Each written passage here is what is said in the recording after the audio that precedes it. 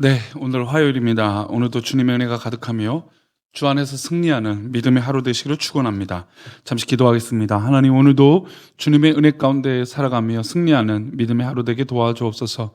우리를 지켜주실 것을 믿사오며 거룩하신 예수님의 이름으로 기도합니다. 아멘. 네, 오늘의 말씀은 잠언 9장 1절 말씀입니다. 제목은 하나님께서 기뻐하시는 선택이라고 하는 제목으로 말씀 나누겠습니다. 함께 읽겠습니다. 지혜가 그의 집을 짓고 일곱 기둥을 다듬고. 아멘. 기독교는 강요하는 종교가 아닙니다. 때로는 우리가 살다 보면 뭐 강요하죠. 이거 해라 하는 강요를 하죠. 근데 기독교는 강요하는 게 아니에요. 믿어라. 근데 물론 우리가 강압적으로 사실 전도를 많이 하기는 했지만, 진정한 변화는 그런 강압적으로 변화시킨다고 해서 막 그렇게 주술처럼 세뇌를 시킨다고 해서 믿어지는 게 아닌 것 같아요. 물론 뭐 때로는 어렸을 때 정말 믿음의 훈련을 통해, 그런 믿음의 훈련이라는 건 강압이 또 때로는 포함되기도 하니까 뭐 그런 모습으로 믿음을 소유하기도 하지만, 그러나 그렇게 커나가는 아이들이 진짜 믿음을 갖는 경우들을 보는 경우들을 그렇게 많이 보지는 않은 것 같아요. 그러니까 반대로 근데 이슬람은 어때요? 이슬람은 강압적으로 복음을 전하죠. 그들의 믿음을 설득시키죠. 한 손에는 코란을, 한 손에는 칼을 들고 갑니다. 강요하죠. 근데 이 강요한다고 했을 때 받아들이는 사람들의 선택이 어떨까요? 굉장히 압박이 있겠죠. 강요한다고 해서 선택을 잘할 수 있을까요? 그렇지는 않을 것 같아요. 강요한다고 뭔 선택을, 물론 마치 피해는 받지 않게 해서 따라가는 척하고 순종하는 척하고 믿어주는 척할 수는 있지만, 강요에 대한 의해서 선택하는 것은 나중에 본인이 선택하지 않았기 때문에 어떻게 될까요? 후회하기 마련입니다. 그래서 저는 기독교가 강요하지 않는 종교, 참 진리이기 때문에 저는 강요하지 않는다라고 믿어요. 참 진짜이신 예수 그리스도가 계시기 때문에 우리가 뭐 굳이 꾸미거나 굳이 강요하거나 굳이 속일 필요도 없다는 것이죠. 이런 이 삶을 살아가다 보면 믿음의 삶에서 이제 무엇을 하게 되면 선택을 하게 돼요. 그러니까 선택을 하려면 뭐가 필요하면 지혜가 필요하죠. 오늘 이 잠언이 이제 31장까지 나아갈 때, 특별히 오늘 9장, 이제 내일 이제 10장에서 한 단락이 끝이 나갑니다. 근데 9장에서는 뭐가 나오냐면 두 가지 길에 대한 선택이 나와요. 두 가지 길 가운데 지혜로운 사람이 행할 선택을 요구하고 있어요. 근데 참 제가 서론에 말씀드린 대로 성경은, 또 우리 기독교는, 우리 정말 예수 그리스도를 믿는 이 믿음 안에서는 강요가 아니라고 했죠. 그래서 참 이 선택이라는 걸 강요가 아니기 때문에 할 수 있는 은혜가 있어요. 그런데 중요한 건 이 선택을 하는 사람이 강요가 아니니까 자기 스스로 결정을 해야 돼요. 근데 이 결정하는 때 지혜가 필요한데, 어떤 사람이 진짜 더 지혜로운 사람일까? 오늘 그 부분을 말씀하고 있어요. 요구를 받아들이는 어떤 선택을 했는지 나오진 않습니다. 그 이유는 선택은 누구의 몫일까요? 바로 잠언을 읽고 있는 우리의 몫이기 때문이에요. 그러니까 우리가 그 선택을 함으로 더 지혜로울 수도 있고, 또 잘못된 선택으로 말미암아 지혜롭지 못할 수도 있어요. 어제는 예수 그리스도가 의인화가 되었다라고 하는데, 그러니까 예수 그리스도를 믿는 선택을 우리가 교만하지 않고 주님의 음성을 우리가 지금도 들을 수 있다는 겁니다. 그러나 우리의 선택이 교만하고 하나님과 멀리 떨어져 있으면 그 음성을 들을 수 없는 선택을 하게 되는 것이죠. 잠언은 이 9장에서 1단락을 하고 이 선택을 요구한 후에 이제 1단락 치고 10장에 가서 새로운 잠언을 시작합니다. 지혜는 히브리어로 호크마라고 얘기하고 있어요. 근데 이 호크마라고 부르는 이 단어는 여성 명사예요. 그래서 오늘 잠언 9장에는 여성 명사이기 때문에 두 여인이 등장합니다. 두 여성이 나와서 우리에게 선택을 요구하고 있어요. 1절입니다. 다시 볼까요? 지혜가 그의 집을 짓고 일곱 기둥을 다듬고. 일곱이라고 하는 성경은 뭐 우리가 잘 알다시피 성경에서 가장 좋은 완벽한 숫자입니다. 지혜가 자기 집을 짓고 사람을 초대해요. 먹을 만한 음식을 차려놓고 초대합니다. 누가요? 지혜가요?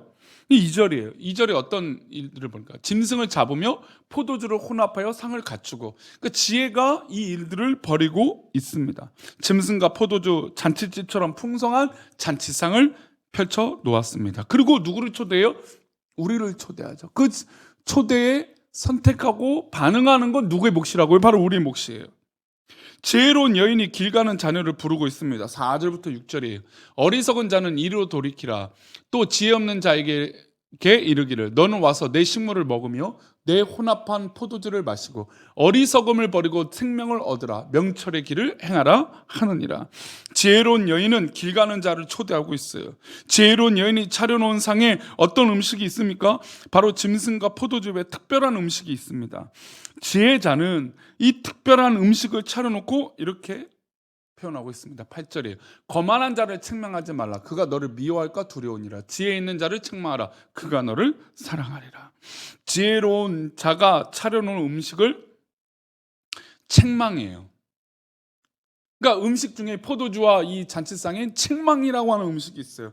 그러나 거만한 자는 지혜로운 여인의 초대에 응하지 않고 지나가요.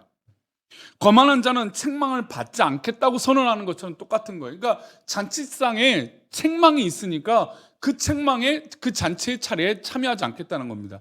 그런데 진짜 지혜로운 사람은 책망을 받을지라도 좋은 걸 얻는 사람이 더 지혜로운 것이죠. 지혜로운 자는 책망을 앉아서 듣고 있어요. 이게 지혜롭다라는 겁니다. 이 선택, 그러니까 선택을 할 때 부담감이 있을 수도 있고 내가 불편할 수도 있어요. 우리가 늘 좋은 것만, 나에게 기쁜 것만 선택할 수 없어요. 때로는 어렵고 힘들고 고난이 있고 역경이 있는 것을 우리가 선택할 수도 있습니다. 그러나 그것이 끝이 아니잖아요. 그 이유가 있는 것처럼 지금 이 잔치상에 먹을 것이 풍성하지만 책망이라는 음식이 있어요.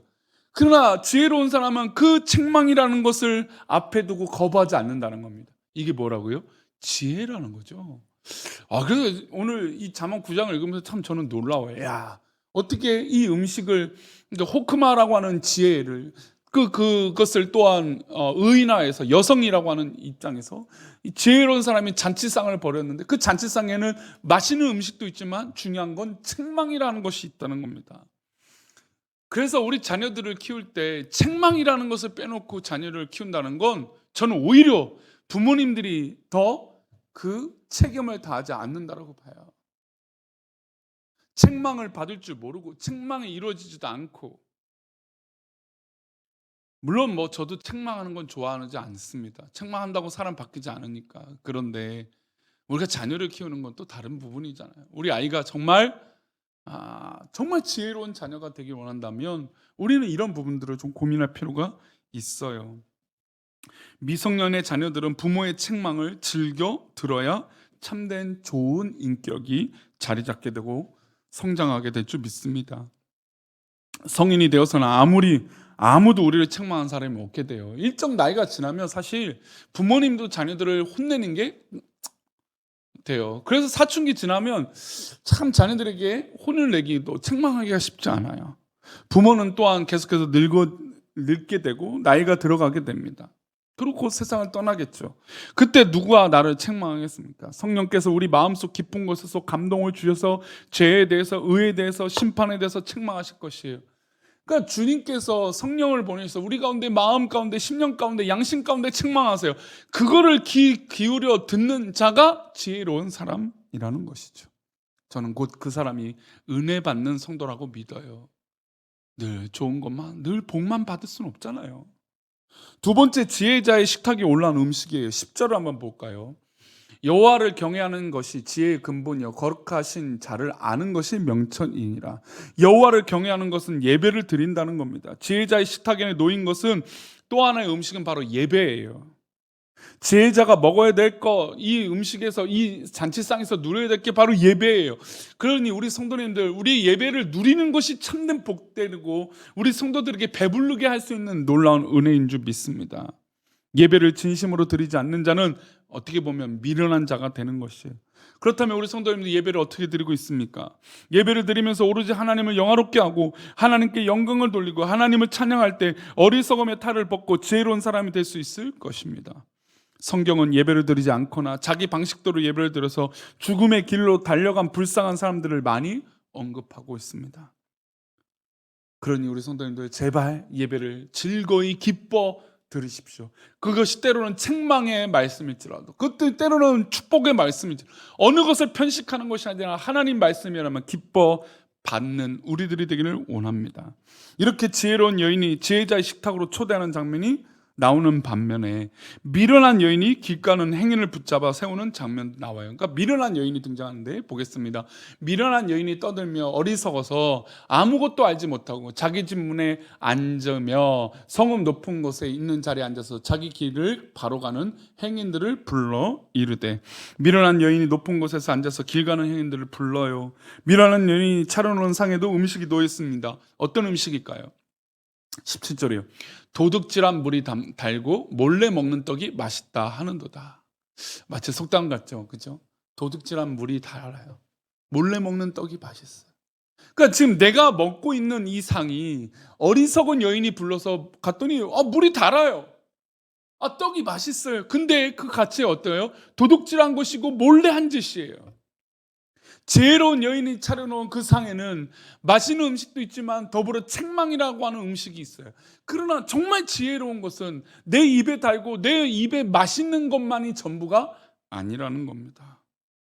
저는 그래서 이 잠언 오늘 이 9장이 참 저에게 큰 은혜가 돼요. 요즘은 책망하지 않는 시대잖아요. 그러니까 공격은 하는데, 공격하는 시대예요. 분노가 많아서. 그러나 가까운 사람들을 책망하지 않는 시대예요. 저는 우리 교회가, 또 한국 교회가 책망하는 부분들이 새로워졌으면 좋겠어요. 근데 그 책망은 누구로부터 올까요? 바로 주님, 우리 예수 그리스도 성령님의 은혜서예요.